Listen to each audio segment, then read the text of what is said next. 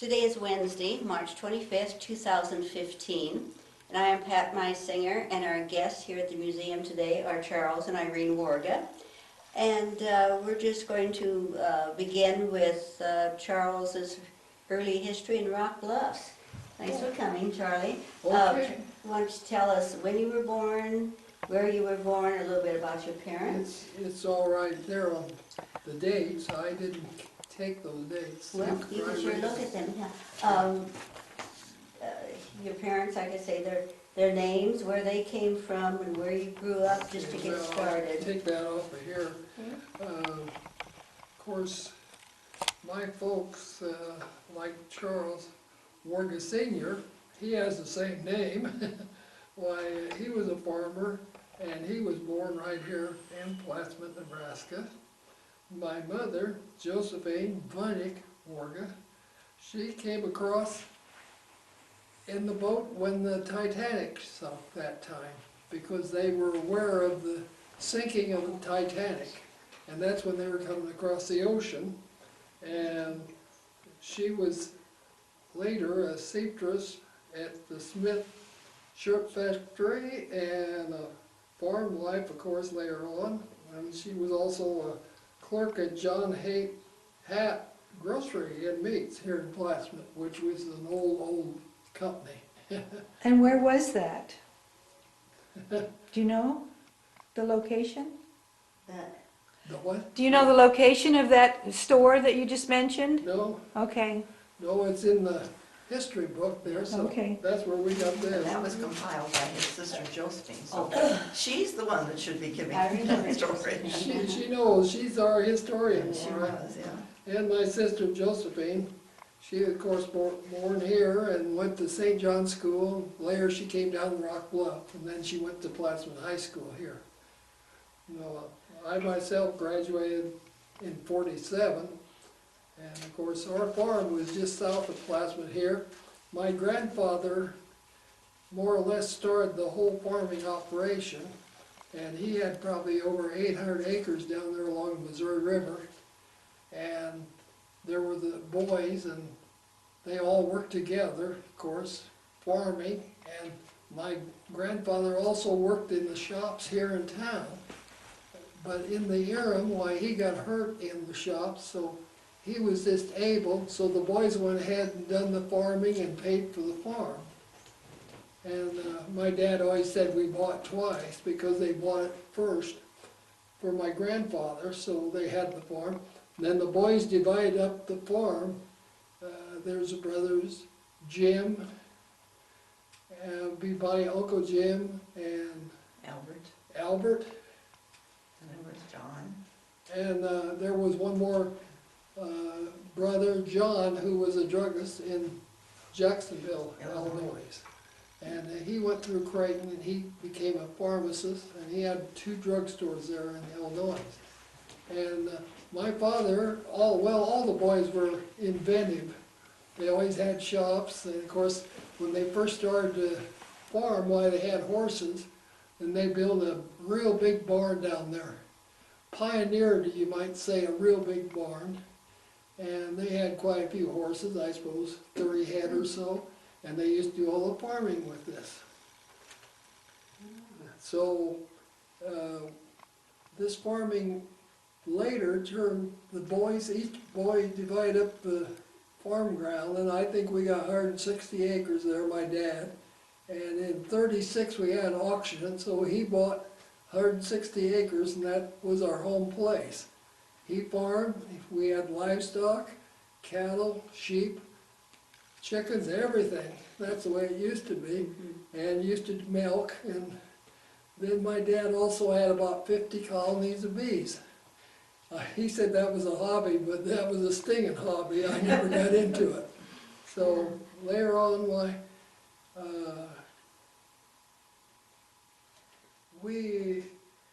I think later on we should talk a little bit. We used to go to the fairs, With the honey. and we used to have honey. And of course, he used to label his honey from the quarry of Charles Warga. He'd take it out to the county fair, and we used to go to the state fair and he put exhibits out there. So it began to be quite a bit of business for him. But like I say, we did go ahead and, I'd say, farm the old way, which I might mention. I can just remember him using horses. When I actually got in on farming, we already had tractors, but they used to walk the horses out to the field. My mom used to bring some of them, and they'd farm all day with the horses, bring them back, and then at night feed them. And of course in the morning, in the dark, they used to harness these horses. Daylight, they'd go out the field, take them all day long. So it was hard old days of farming. You said most of the land was the bottom land rather than in the Our hills. tillable ground was bottom. And we Missouri River bottom, and of course there, once in a while, it floods. And we had a creek on one side, which also would flood. And our pasture for the cattle was in the hills. We had a lot of grass there. And our hay fields were in the hills, because they used to put up a lot of hay, of course, with all that livestock and animals. And I can remember Dale Bowman talked about when the Wargas brought the cattle to town to ship, they would bring them down the county road with horses and come in on the Rock Bluff Road. And they had a loading dock down here off of Lincoln Avenue where they would load them in the train and ship those cattle into market.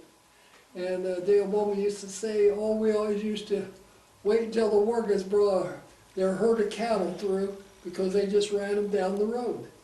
Now this would have been when your father was growing up, his brothers and father. Yeah, well, yeah, the boys early on, they didn't have, trucks or anything. They drove them right down the county road and loaded them out here. And I think a lot of people know where that is, but I know approximately where it is. It's right off of Lincoln Avenue there, Rock Bluff Road. Okay. They had train tracks coming in there, and that's where they would load the cattle. So, shut it off a minute. No, that's good. Well, you're back to, okay, the honey. Did you ever help with the honey? Did your father have honey, or was that your grandfather? No, that was my dad. Your dad, did you ever help with that, We gathering the honey? just when we delivered honey, we used to take in 60-pound cans and take honey to Council Bluffs. Up there, there was a company that would, bulk their honey. We'd take it in, a truckload of honey in a truck in 60-pound cans, and take it up to Root Company, they used to call it. And we used to sell that honey quantity-wise to them. But my dad done a lot of his own packaging with his own acquirer right here in the area. And he always went out to county fair, Weeping Water, and he used to doubt Murray Carper used to always call for honey. And these are all names of the old times. Yeah, he had his customers. And that's more or less the way the honey business ran. But did you ever personally help harvest the honey? No, Dad. I did got that. I got the stinging just being around the farm when they got upset, because there was a lot of, if you are handling bees, you get them upset. They sting whoever they come to. And, well, we used to have bad days when he was doing the honey run because the bees were very unhappy. Did you walk to school? Oh yeah, we were about 2 miles away. We walked up and down the road there. When it got real muddy, we'd go through the fields and then walk to the school because there was grass there. In those days, rock roads were unknown. No. There would be a lot of kids in school when you were there. Well, we'd run 30s, Yeah. and Rock Bluff did have a store down there. Hull's used to have Smith bread and different products in the store. And they also done what you would call, like the people that worked in the rock quarry down there, they lived there and had their rooms in the part of the home there. Hull's had the store. Holes, okay. And I can remember going down there several times getting bread or, there was a reason to go down and do it, because you just wouldn't go to town always. If you needed some bread, why Smith used to bring that bread out of Lincoln, Nebraska, and that was Smith bread. Those early, I always heard of them referred to as mom and pop shops, because they're the kind of the early quick shops that you Yeah. could get not everything, but major staples like probably bread and milk and such. They probably had And of cows. course, there's most of the stores in Rock Bluff are removed now, but the old Joe Sheriff place at one time, I'm told, used to be a store of some sort, and it's still down there, so. Where is that? Is it on the main road going It's through? on Rock Bluff Road, Okay. and the road that goes up the cemetery, right there on the corner. Oh, Bob Sherry, his son, used to live there, and Bob used to drive the Mall A and pick up Joanne Fitchhorn and Shorey McCormick and me, and we'd come to school in the old Mall A, and then we pay him, of course, every week. And that's why after school, I didn't get to be in sports or anything the first year, 2 years, because I had to catch the ride to get back home. But that's, that's the way it used to be. oh, sure. Is your home still there Oh, yeah. that you grew up in? Yeah, it was built in the 20s, I think, wasn't it? The farmhouse. Boy, probably. Yeah, I think early 20s, and it's still there. And I've got a grandson that rents it. Oh, And so it's been in the family always? oh, yeah, it's still in the family. And then I've got a son. We gave him a couple acres, and he built a new home on one corner of it down there. Is that Tom? Yes. And so, and Doom Cemetery is on that property, isn't Right. it? That's on Tom's 2 acres down Yes, there. that's what I thought. Yeah, you've probably been acquainted with that. And that's another thing, I used to walk up there once in a while and show those respects to their grave, because nobody ever came there. Right. Christmas time, I'd usually take a little break and walk up there and recognize, Yeah. because there's a pioneer family there that settled the ground. And of course, at that time, rumor has it, they had cholera, and they wouldn't bring them to town to bury them. So they had to be buried on the place. Again, that's secondhand, I don't know, that's, Well, I think they, probably quarantined and then had to be, they didn't want to have funerals with a big group of people there, because they didn't know how to control the cholera. But it's a far cry from what we have today. yeah. So, the school, you went there from, they didn't have a kindergarten No. class. I know in town, like Neil Lancaster, who's quite a bit older than you, they had what they called C class. But I think that was only in the cities. I had never heard of it in the country. You know, we just had the 8th grades. Yeah, 1 And to 8. I think the teachers used to come out of high school, graduated, Oh, sure. get qualified something, and they'd be teaching. Go to summer school or normal school training. Because they were just young people. Sometimes if the roads were bad, they stayed at somebody's house and just was there during the week, and then they'd go back home, maybe for the weekend. And our son-in-law's mother even taught him Marie. Did she? Yeah. Yeah. Oh, yeah. I was gonna John say, do you Mi- remember John any of your Meisinger. Oh, teachers? Marie Meisinger. She was even his teacher. Okay, I was gonna ask, what, any other teachers you remember? Marie Oh, yeah, Meisinger? Mary McCarroll, she married Ray Smock later on. And we always remember she used to drive a Model A, I guess, roadster with the rumble seat in the back. So when she'd leave the school, she'd give us a ride up over the hill there and drop us off, and then she'd go back into town with the car. And one day we got to top of the hill, it just stopped. And couldn't figure out what's wrong. Well, she was out of gas. Here we were, so all the kids got together, we pushed the car over the edge so it'd coast down the hill, down to where Albert Warga used to live. We get some gas, and we all rode the car, went down the hill. When we got down the bottom, there was a jug of gasoline in the back we found. And Ray, her future husband, he said, oh, she would never remember to buy gas, that's why I had gas in there. Any other teachers? What? Any other teachers you remember? Oh, yeah, not offhand, but Bill Mason was one man teacher, and I know all the parents down there were unhappy because he used to take recess and play ball practically all afternoon. He enjoyed the ball games. And they say, why aren't those kids inside learning something? Why are they out there playing ball? So that was, you know, that was what he enjoyed. So. Yeah. So then, And we used to carry water up from Furlong's place down below. We didn't have a well up there. So the teacher to go get, well, a can of water, I guess, is what you call it. did you boys help her carry it up? What? Did the boys help her carry it, or did she have that No, the done? boys done it always. Okay. Just had to bring the water up there for drinking. Yeah, and when we had the plays, we had a stage rigged up in the school. At night, they didn't have electricity, so they had lamps on the side. And you would light the building with these lamps, you know, Kerosene. Like kerosene? kerosene lamps, and those were days before electricity. Right, but they still don't have electricity down there, do we? No. No, we don't.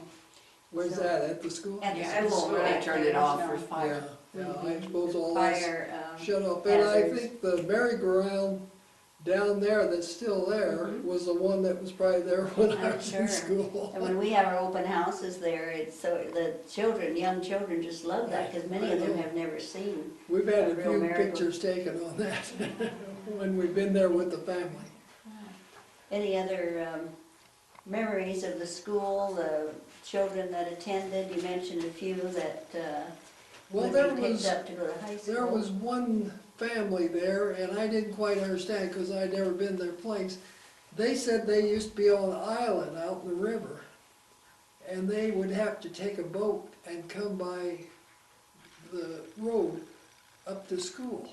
And of course, I never got to go home with them or not, but evidently there was a chute where their home was on the other side, and they had to get in a boat, go across, row across in a boat, and then land, and then walk to school. With the flooding, you think that Well, would that have probably been took care of it in temporary? '52 when we had the first big flood there. Yeah, but I was never down there, I never seen their home, but I know they talked about them.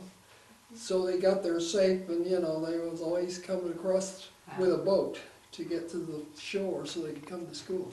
Now, your family, was it just you and Josephine? Yeah, Yeah.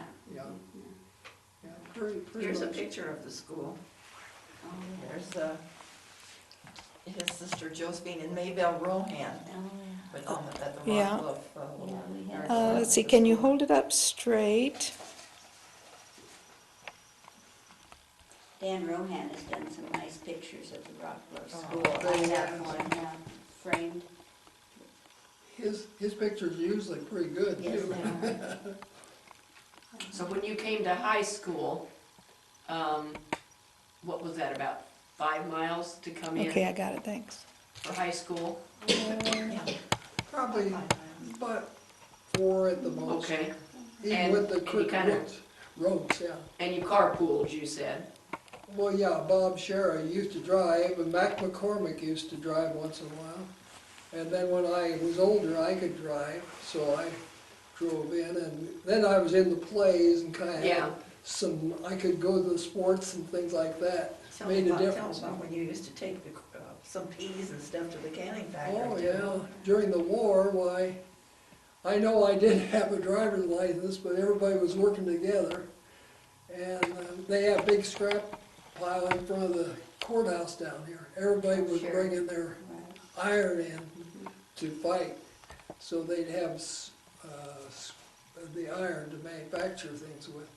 But what was it we were talking You about? you took the peas into the canning Oh, factory. yeah, well, I didn't have a driver's license, and Johnny Swoboda used to be head of the office down there, and I'd drive in with a load of peas or a load of produce, you know, they used to can it down there. And if it got dark, why, my dad didn't ever want me to drive that truck after dark coming home, you know. So John Swollen came down there several times, and that's when they had the prisoners unloading the trucks here in Plattsmouth. Local prisoners or Yeah, state? they were from Germany. Young guys. prisoners Oh, of prisoners of Yeah, war. prisoners of war. Okay, Yeah. yeah. And so I used to back up, and I was scared stiff when I went down there first time, because I thought, well, here we are in war, you know, but they were nicest people. You felt sorry for them before it all got over. And they worked hard, they unloaded everybody and took care of us. Any other produce you took down other than peas? Oh, beans, peas. I think one year my dad raised a lot of lettuce. Everything kind of got considered that time, and sweet corn. What kind of quantities are you talking? Bushel baskets? No, by the truckload. Truckload? Well, Oh, that's yeah. a. That's a lot. Yeah, we used to have a Model 8 truck, and they used to load up the truck and Wow. So bring them in. your garden, But vegetable garden. You're right, some of it had to be in baskets, like if you had something that would smash. But Wow. otherwise, why, it was a truckload of whatever you had. And they used to have horses there that they could go down those roads and cut all that. One horse, you know. And that's for the canning factory. Yeah, well, Odo Foods, I think they call it. There was one in Nebraska City, yeah. Yeah, that's, Okomo Foods was down there. Norfolk was here, I think, wasn't it? And Odo was in Nebraska City. But everybody tried to raise food and protect, Right, Victory Gardens. and everybody was working together in those days. And of course, going back to the farm, when we built the shop on our farm, I had the room above, and that's where I started my electronics. And I used to, before that, I had a wind charger, and used to fix radios for people in their, you know, and I had rigged up where I could fix them in a little shop down there, and then later on, I moved upstairs, and they used to bring TVs, and I had a little elevator to raise them up. And that's where I started in electronics. And that was in Rock Bluffs? Right at the Okay, farmhouse. At the Right farm, at the above the farmhouse. shop, yeah. How old were you say you were when you began the electronics? And did anyone teach you, or was it just an intuitive talent that you Well, have? we had it working already when we were in high school, because Gene Hool and I used to go down to the radio shop and fix all their radios for them. They didn't realize they didn't have a mechanic down there, a technician, so at night Gene and I would go down and repair radios at B&A radio shop. I think Bushnell used to be his name that ran it. And Gene and I would fix the radios, and then during the war, why you couldn't buy a crystal set. I don't suppose you know what crystal Oh, set? I know. Oh, yeah. Novels and Do such, you know what yes. crystal set? So we started making crystal sets, and we sold them for $3.99, and we were getting orders for them. Then the war got over, and Fillmore wanted production for $1.99, and that put us out of business real fast. But up till then, they couldn't even get supplies, and everybody that was in high school in those days wanted to listen to radio. They had a crystal set, if nothing else. The crystal sets, couldn't you buy them in kits? Well, that's Yeah, yeah, that's the way. That's the way you put them together, yeah. But Gene, he worked on them, and I worked on them, and we used to design them, and they were pretty fancy looking things. Dr. What's his name?